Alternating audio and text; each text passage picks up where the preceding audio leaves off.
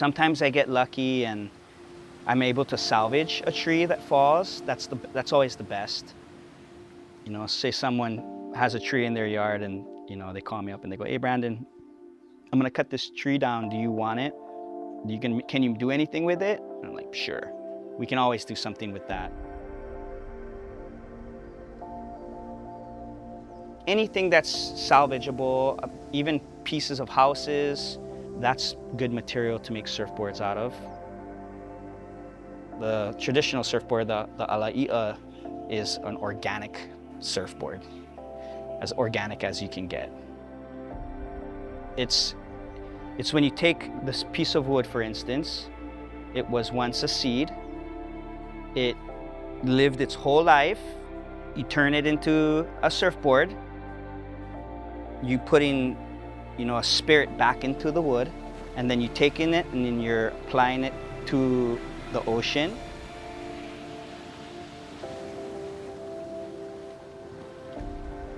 As I'm shaping it, I put all this energy into it, you know. I try to be in a positive vibe when I make them. If I'm not feeling right, if I'm not in the mood, I don't touch it.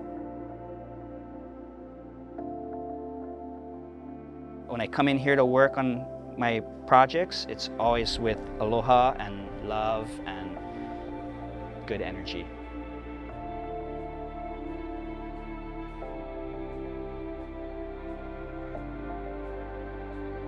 But then when I rode the board that my friend made, his board was fine-tuned.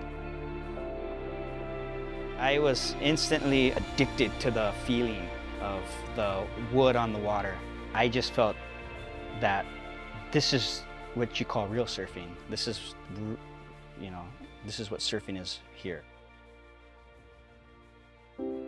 Surfing's been a part of our tradition since the beginning, and there's a few different kinds. You have a paipo, which is a belly board, the one my daughter was riding this morning, which gets to be about 4 feet, and it's one that you just lie down on. The ala'i'a, that one is between 5 and 7 feet tall, and that one's really thin.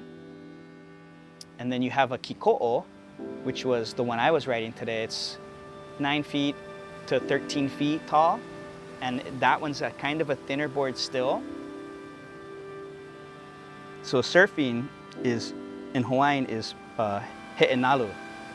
He'e is slippery, and nalu is wave.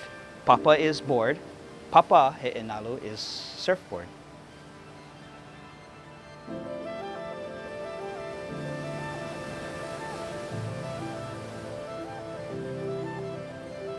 And you're riding this energy. A wave is an energy that comes hundreds of miles away. And it comes, and you take this surfboard that you created, and you catch this wave, and the feeling of that is remarkable. Everything almost goes silent.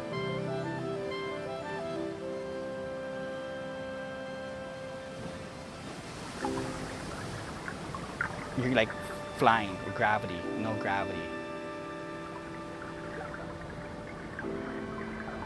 It's hard to explain. I mean, you gotta be able to do it in order to understand, almost.